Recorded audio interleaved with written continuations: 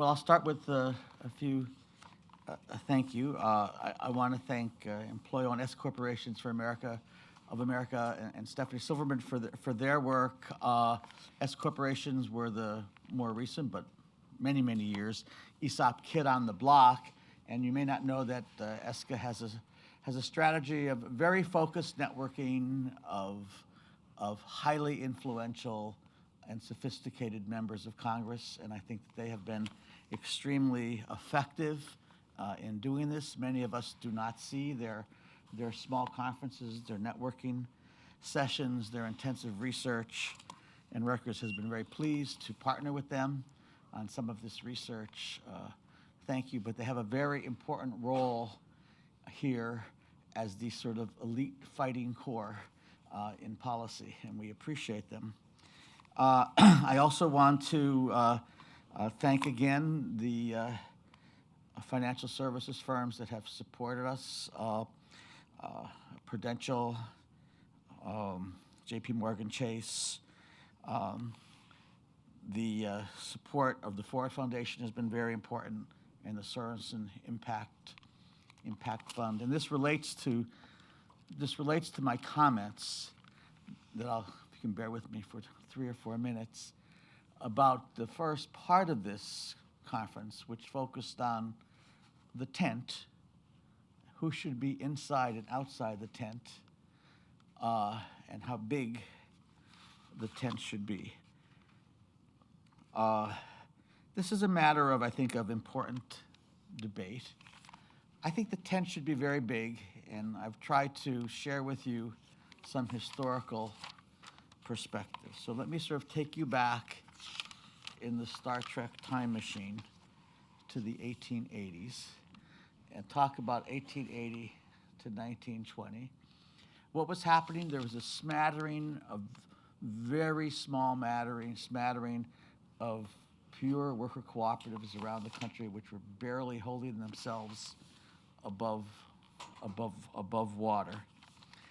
And then a few people who they all thought were outside of the tent, big finance people, sat down and were thinking about the future of capitalism under what they were observing is mass urbanization, industrialization, and development of transportation systems.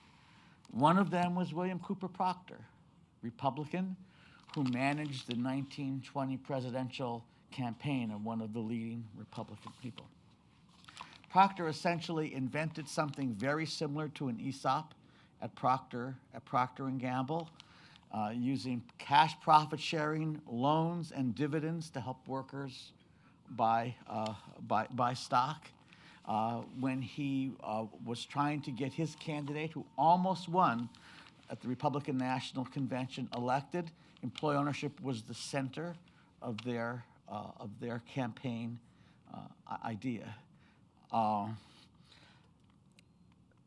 Proctor heard about employee ownership from his professor at Princeton University, who talked about it in his theology class. Okay, all right. So what Proctor did at Procter & Gamble set the stage for a lot of other imitation of their plans. No, it was not a pure ESOP.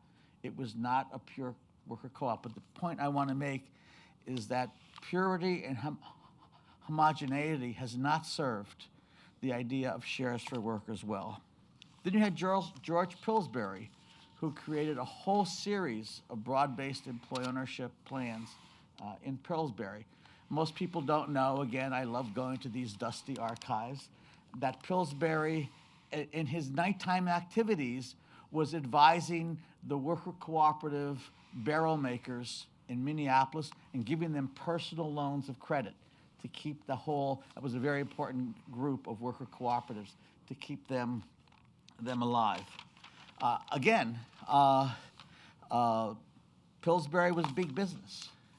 John D. Rockefeller, who designed a employee ownership plan, which again was very similar to the ESOP. He even added more than Proctor by providing low interest loans to buy the stock. De facto, the impact and the operation of the Rockefeller plan was essentially like the ESOP.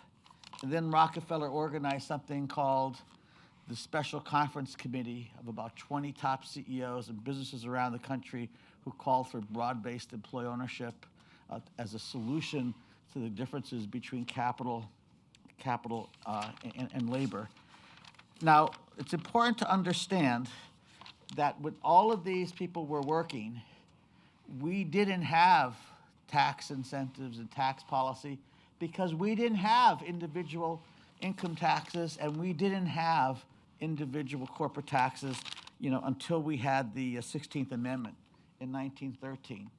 But all of the laboratory work they did in their companies, and they were not pure, right? Procter & Gamble, Standard Oil, and Pillsbury were about as far from purity of worker cooperatives than you can get. And yet, their work informed Wall Street, informed Washington, and set the stage once we got the 16th Amendment on corporate income tax, individual income taxes, to begin the discussion and get tax deductions for employee ownership plans in the United States. And I just want to use this as an illustration. Today, we're talking about KKR, we're talking about another piece of legislation in Congress to change tax incentives for broad-based employee equity compensation plans. We're talking about the expanding ESOPs initiative. We're talking about EOTs. We're talking about ownership works. To have a homogeneity and purity agenda regarding all of this, history does not suggest that that is the right approach to take. History does not suggest that that is the right approach to take. Sure, ESOPs are a very special form, as are worker co-ops, with very special standards of inclusion and fairness. But the broader arguments to Wall Street, if you look at American history and the involvement of the big figures in Wall Street, has done a lot to legitimate the idea of broad-based employee ownership in the United States. Thank you very much, and I'm so appreciative of our wonderful partnership with Aspen and the entire team of 10 to 15 Aspen and Rutgers people who put this together. Thank you.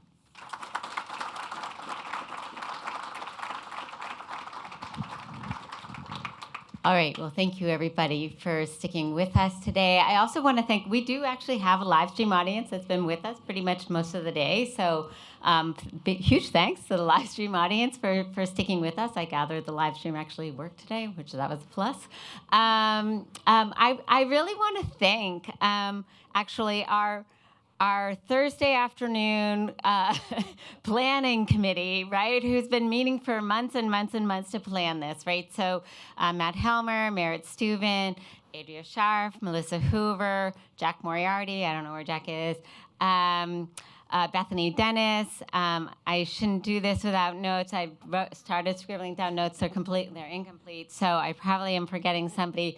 But it's just really taken a huge team. I also want to thank Francis Almodovar, who shows up and takes pictures for us, Finney and Maxwell Johnson, Amanda Finns, sorry, Finney, who show up and just pitch in and help out, like Bryn Morgan shows up, Seaning Young was around. Like, my team just shows up and says, what do you need? And fills in the spaces, because it takes a lot of work to put these things on. And I'm just so grateful for you all for showing up and for helping out. It really is hugely appreciated. And what I am really taking away, and I hope what we're all really taking away, is that in this moment, there's a lot of promise and there's a lot of work. And I think we're all taking away things that we need to start doing. As Stephanie mentioned, maybe like starting to talk to somebody new, pushing us outside of our comfort zones a little bit. I really appreciate Margot pointing out the expanding Overton window, but there's the moment, right? And so I think what hopefully we're all taking away, and I hope you're not all taking away what a pain in the neck I am about like making you come back in the room. But I was really thrilled actually with the number of conversations, how much you're connecting with people, how much you're making plans with people for what you do next, right? And so that's what I hope we're all taking away, is sort of thinking about what do we do next. We all can see the benefits of broad-based employee ownership, many forms, lots to do. So thank you all for being here, and let's get to work. Looking forward to hearing how it all goes next year. Thank you very much.